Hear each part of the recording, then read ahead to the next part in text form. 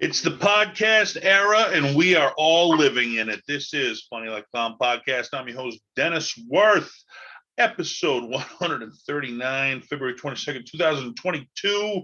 My cough's getting a little better as I cough right on cue, but hey, that's good news for a podcast because sound is everything. But you know what? It's reality too. Reality is people cough, baby. Today, hey, we've been doing podcasts. Last week we did Joe Rogan, who's got one of the most popular podcasts on the internet. And who could beat Joe Rogan? There may be only a handful of guys, and there ain't many in the comedy world. But this guy we're discussing today, Mr. Adam Carolla, he could be one of them, okay? Because I'll tell you what, as far as comedy podcasts go, they're number one and two, and you could one and 1A, however you want to put it. But as always, today's episode is brought to you by G Vegas Buffalo Sauce for the spicy, sweet, savory taste of game time. There's only one G Vegas. Grab it at www.gvegas. Let's try it again. www.gvegas.webs.com. Go there, man. Get it shipped right to your house. It's a few click thing, and you could be having some great buffalo sauce this weekend on your whatever game you're watching or whatever you watch or whatever you do. You can enjoy some buffalo sauce with it. All right. Adam Carolla, I assume he likes a good buffalo sauce, but I'm just assuming. I've never met the man. But what I do know about him, let's see, host of the Adam Carolla Show, talk show podcast.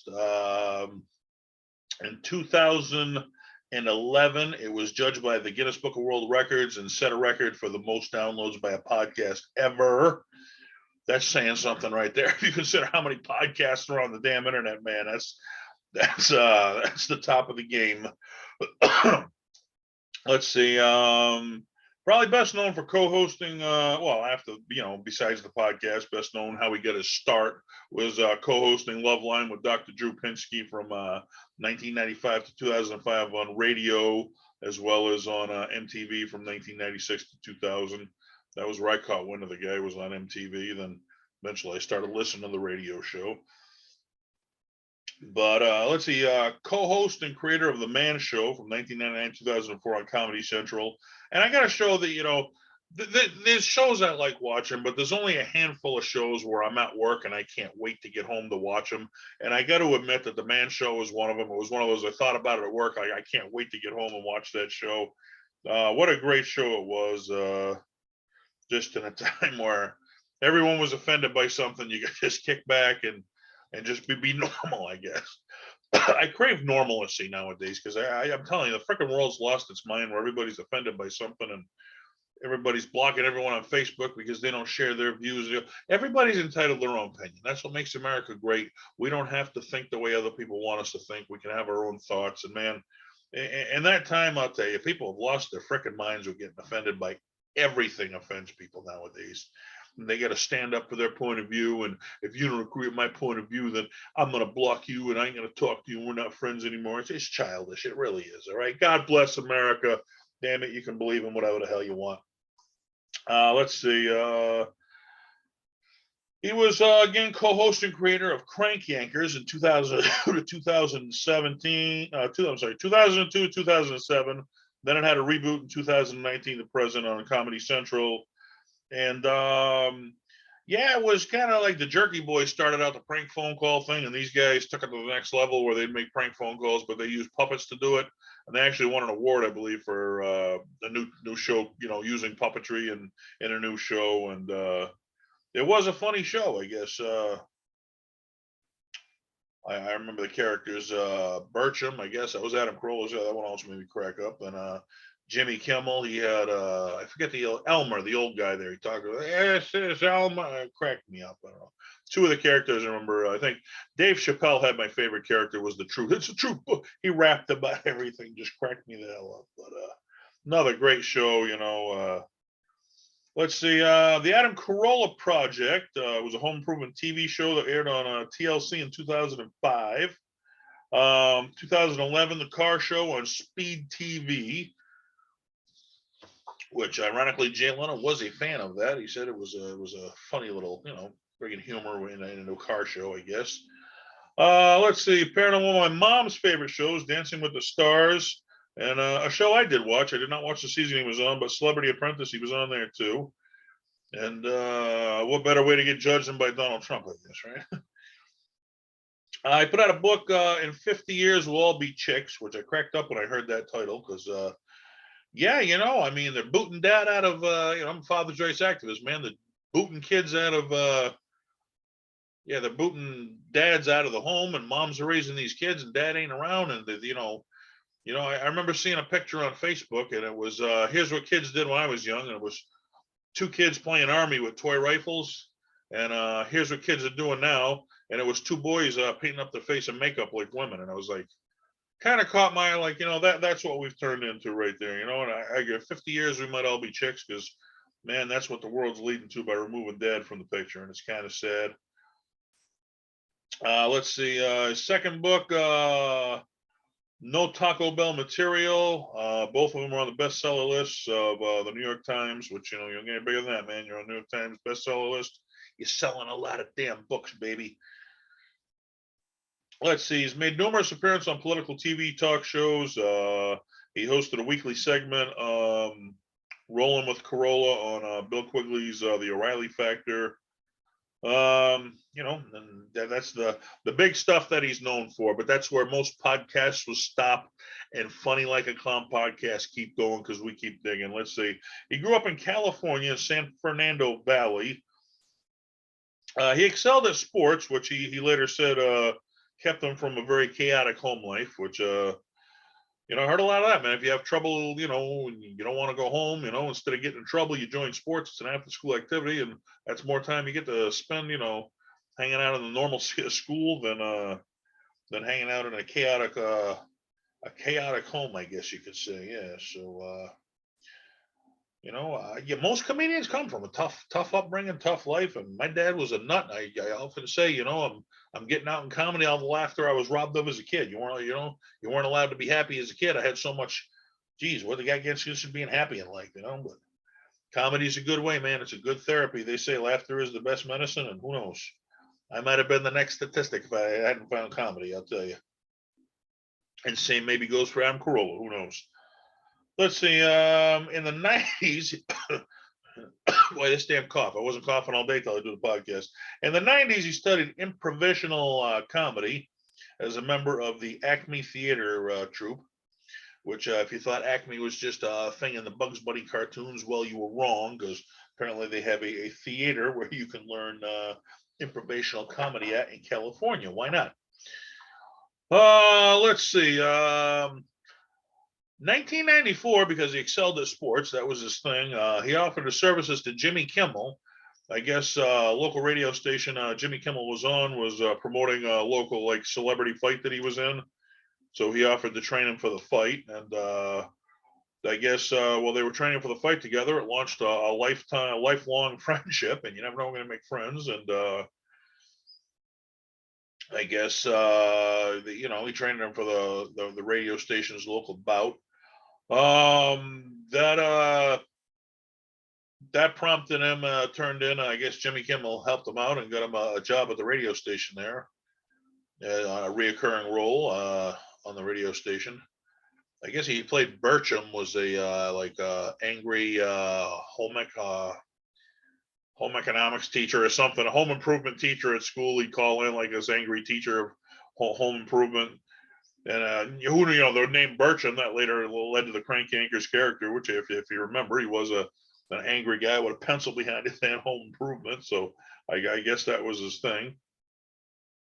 And yeah, you never know. Your first break, he was teaching Jimmy Kimmel boxing, and that turned into a big comedy career thing. And I remember I got a really big gig out in Vegas and up in Alaska, and one of the promoters around here asked me, "How'd you get that gig?" And I said, "Well, honestly, I met a guy on eBay. We were bidding on stuff together, and we started talking because of it. We came to be good friends out of it." And I said, he's good friends with all the big comedian out there. So they get me in and everything. He's like, "There's been guys waiting 30 years in this business for an opportunity like that, and you get to do it because you bought stuff on eBay." And well, how many times I said it? Right place, right time. You never know what's going to launch you in this business. So I said, "That's right." I just smiled and shook my head. But let's see. So after the reoccurring role on that, Dr. Drew Dunn, who did Loveline with him that we know him from. He heard him. He thought he was funny, and he offered him a co-host of Loveline, which became a nationally syndicated radio show. So now you're on from a local radio show that's locally in region to a national one where everybody in the country is hearing you. That's a big step in comedy right there. So you never know who's listening. That's why I say you never know who's going to dig you. So, and in comedy, everybody thinks every night you're playing in front of 200-300 people. Well, that's the dream if you were, but it's not like that every night. Some nights you show up and there's maybe 5 or 10 people. But I even say if it's 5 or 10 people, give it your all, because you never know, who one of those 5 or 10 people are. Maybe that's the person who's going to give you your next break if they dig you. So you always give it your all. Some people say, man, must have sucked performing for just 5 or 10 people. It's like, no, it would have sucked if I had to sit home and not get to do what I love to do. So I'd rather perform for 5 or 10 people than do nothing, right? Let's see. So Loveline, callers are calling and ask questions about sex and relationships. Adam Carolla, being the comedian, he'd give a funny answer where Dr. Drew, he gives some serious advice as a doctor. That's what made the show genius, because it was 2 different sides. If they both had the same point of view, the show don't work. You give 2 opposing point of views, people love to hear people argue. It's a funny thing, I guess. Let's see. The Adam Carolla show, got his own radio show after that. Debuted 2005, was canceled in 2009 as part of a format switch, which I'm a Boston guy, and I got to tell you, there was a radio station that was so popular on here, WAAF, for years. It was the rock station. It was the one every kid wanted to be on, and I was this close to getting on, and it was going to happen in the next couple of years. Then all of a sudden, boom, this religious church thing came in, bought the radio station, changed to all religious programming, and there's no more WAAF. And it was one of those childhood dreams that I can never make. I can never get on WAAF now as a comedian, because it don't exist anymore. And that's what happens when this format changes. And same thing happened to Adam Carolla, unfortunately. Let's see, but you know what? When one door closes, another opens, they say. That led to him launching the Adam Carolla podcast, which I know with Joe Rogan, I said this on the podcast, he's hitting more people than the Tonight Show has available to him. If everybody who owns a TV was watching, the Tonight Show at the same time, which obviously everybody's not watching it at the same time. Some people watch it, some don't. But if everybody who owned a TV was watching it, the Joe Rogan podcast has more listeners than they even have available to them. So that's how big, because they're worldwide. They're not local. To one country, where we talk about a local radio station and the national radio station, the big difference. Well, the one country listening to you as opposed to the whole world listening to you, big difference right there. And he launched in 2009 on a personal website. Okay, so this ain't, nobody's hiring him to do it. This is his own thing he's doing. Let's see, which his personal website would eventually evolve to Ace Broadcasting Network, which shows you, man, the computer's a heck of a place to be for a comedian, man. You don't have to be at mercy of the industry anymore, man. The world's at your fingertips. Use it if you're a comedian. He used it. First episode downloaded 250,000 times. There's a built-in audience right there. In the first 24 hours, okay? 24 hours after he put his first one up, 250,000 times it was downloaded. By the 3rd episode, it was #1 on iTunes in the United States and Canada. First week, he hit 1.6 million downloads. Second week, 2.4 million downloads. How many people are in the world? I don't even know. I remember I do a lot of work with fathers' rights, and I have a character I use called the child support superhero. And I put one post on there, and it went viral on Facebook, on the Facebook page for the child support superhero. It said, I read the stats for the post. It hit 3.5 million people. And I just kicked back and how many people in the world? I mean, like, what's the percentage I hit? I mean, this guy's hitting them on his podcast. What's 2.4 million people are tuning this guy in? Is there even that many people in the United States? I should Google that. How many people in the United States? But there's that many people in the world, and they're tuning this guy in. 2009, iTunes voted it the best audio podcast of that year. And they say, there's not much money in podcasts. Guys like me who got the smaller podcasts, we got to sell buffalo sauce. Even though it's a great buffalo sauce, that's what pays a little bit of the bills for me to podcast. You know, not to the level. I mean, Adam Carolla getting 2.4 million people. Well, you can get some big ass sponsors when you're doing that. And I think he said his bandwidth cost to do it, it was something like 9,000 a month. But I mean, when you had that many people, you can make that back in sponsorships very easily.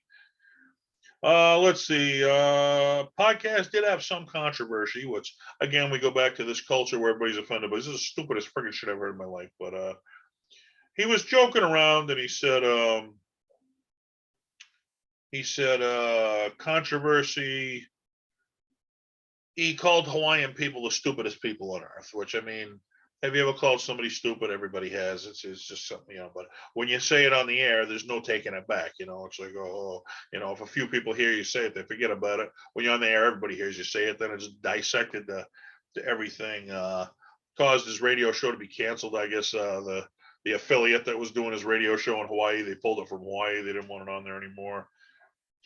This one freaking cracked me up right here. He made fun of a gay group who started a petition that Sesame Street's Ernie and Bert get married on air. They had a petition that they wanted to see Ernie and Bert get married on air, and he made fun of it. Now, if you're a comedian and you can't make fun of something like that, what the hell can you make fun of? I mean, that's just screaming for somebody to make fun of you. I believe in gay rights. I believe this America. If they want to start a petition, they have the right to. If they want to see Ernie and Bert get married, that's right. You know what? Us as comedians, we also got the right to make fun of them for doing it. Okay, so we got to respect their rights. They got to start respecting our rights. Okay, and I guess he did apologize for both instances on Twitter, saying, you know, I'm not a politician. I'm a comedian. This is what I do. I make fun of things. But in a world where everybody's offended by something, you can't make fun of things anymore. It's a sad world. Unless you're a guy like me who don't give a shit, okay? That was like the Outlaws of Comedy. Originally, they weren't going to sell out to the industry. Well, I'm an outlaw, baby, because I'm not going to sell out to the industry. I say it the way I see it. If you're offended, be offended. I really don't give a shit. Let's see. Now, here's another one. People got nothing better to do. 2013, Personal Audio filed an infringement lawsuit against him, saying that doing his podcast was infringing on the personal use status of the audio patent. Okay, so somebody created audio where, you know, we can speak into something and use it. It used to be a cassette recorder, then it was your cell phone, now it's a computer. But you know, somebody created, you know, how that works, where we speak into something and we can save it on our computer. And they patented that. Now, if you're using that for personal use, that's what it was meant for. But if you're using that and making money on it, okay, now they're saying he's infringing on a patent because he's making money with this podcast, and we don't like that. And I guess they started a GoFundMe page for Adam Carolla. They did raise hundreds of thousands of dollars for him to fight this lawsuit in court. Plus, he used a lot of his own money, and it turned into like this big battle in court where finally he countersued them, saying this is such a stupid friggin', you know, argument. How many podcasts are out there in the world? You know, how many of us are using the internet? I mean, everybody's making money off it. Okay, and they choose this guy because he's got the #1 podcast. You want to set an example? You don't have to go after little guys like me. You go after the big guy that makes everybody else pay attention. Who's going to hear, you know, about it? If you sue me in court, few people are going to hear about it. You sue the #1 guy, everybody's going to hear about it. They eventually reached a settlement. I don't know if he gave them money or they gave him money, but part of the settlement was neither one of them could talk about it. So we're never going to know what happened. It was actually like a 6-week quiet period where neither of them could even mention for 6 weeks the case. But it was left open where I guess each side, you know, eventually later on, if they wanted to, could bring it back to court. So, but for now, it's settled. And we'll never know how, but it was a stupid thing. Let's see. Here's another one, man. I remember Space Ghost when I was a kid, but he appeared in an episode of Space Ghost Coast to Coast, which I guess is a talk show with Space Ghost. I think I seen it one time and I was like, really? They brought this back as a talk show. I was like, wow, okay. But man, it's popped up. A lot of comedians have done it. It's popped up a lot on the podcast here over the years. Let's see, August 2005 to November 2005, he hosted a Comedy Central talk show, Too Late with Adam Carolla. And August, September, that lasted 3 months. So as successful as the guy's been, he did have his flops too, and that was one of them. Let's see, he's a writer and frequent guest on his friend Jimmy Kimmel Live on the Jimmy. You know, I didn't know he's a writer for that show, so They said, "How do you know when you need to write something for Jimmy?" He said, "When he's not funny. I drop in a joke mobile and I drive over there and I help him get funny again." I kind of cracked up when he said that. But lifelong friends, that's what you need. Let's see. He was a celebrity panelist on the Match Game, which was a game show. He actually made a sitcom for CBS and a sitcom for NBC, and both were rejected. So, trying to get on the major television networks, and both rejected him. They weren't picked up for a season. He had the Car Show, which was canceled after one season due to low ratings. Here's one I do remember. It was To Catch a Contractor he had on Spike TV. And in 2014, it debuted to 1.2 million viewers, which I guess was the biggest, biggest audience Spike TV ever had for a show debuting on its network. But it only lasted till 2015. And I do remember I did watch a bunch of episodes of the show, but it was kind of like, it was the same show over and over. It's like the first one was great, but then it was just like they were just repeating the same thing and what they were doing over and over. So it kind of did get old after one season. Let's see. He had a short-lived show, Adam Carolla Builds Stuff Live on Spike TV, where he renovated stuff with his friends, I guess. One thing, he renovated his childhood home or something, but I never even heard of it, so I don't know how long it lasted, but it couldn't have been long because it's not one of his more known of works. So let's see. Eventually did some voice work. And with Disney, and I always said Disney's the number one company, one of the number one companies on the planet. You get in with Disney, that's some big time stuff. He did some voice work in the animated Buzz Lightyear series, and did some voice work on Family Guy. I think he took over the voice of Death after Norm Macdonald stopped doing it. Dennis, you wonder why this guy's never done a movie. I mean, that'd be the next logical step to have the big movie. He had some smaller roles. He's never had a lead role in a movie. He did Windy. I'm gonna get it out. He did small roles in Windy City Heat, The Hammer, and Still Waiting. And I recently, you can find it on Vimeo. I recently put out my first movie ever called The World Needs a New Superhero. Find it Vimeo on demand. And, I interviewed the director who was on, Adam Griswold, very talented. And I interviewed the woman who played my ex in the movie. And I asked her, I said, what got you interested in, being an actress? And she asked me, what made you want to put a movie out? And I said, every great, comedian that I admired growing up, they all had that big hit movie. Rodney Dangerfield with Caddyshack, Eddie Murphy, Back to School, John Belushi, Animal House. It was just, it was the logical step, if you want to follow in the footsteps of the people you admired. I mean, I wanted to put out the great movie. So go check it out, man. It's live, Vimeo.com. The World Needs a New Superhero. You can rent it for $1.99. I'm sure you've spent that on a cup of coffee, so you can laugh for an hour. And hopefully, I mean, this is my hope. I mean, the movie stands good on its own, man. I've got a lot of great reviews. We had a local show in the theater, thunderous applause. So it's a great movie. I'm not bragging, but it's a great movie, trust me. But it's a great movie, stands on my original scene. Everybody said, it's only an hour long, which an hour is a lot of movie, because if you watch an hour movie on TV, you're not getting a full hour movie. You get like 20 minutes of commercials and 40 minutes of movie. This is a full hour of just movie, no commercials. So it's a lot of movie. But, my dream is to make it a 3-part thing. I've already got the first part. Then I want to make 2 more, part 2, then part 3, which turn into a 3-hour movie, which would be great. Whether I bit off a lot more than I could chew. Yeah, I was surprised I got the first one done. It was so much work than I thought. And just being the dreamer, you put down everything you want to do, but actually pulling it off, that became more difficult than I thought. But hey, man, I love you guys, man. Thank you for supporting the podcast. And if you want to support my movie, I love you even more. Fun.com podcast. Check out the movie, The World Needs a New Superhero, on Vimeo.com. Tell your friends, tell your neighbors. We're exploring the history of comedy. I'm having fun. Hope you're having fun with me. Until the next episode, check out a podcast, man, because it's the new thing. Good night, baby.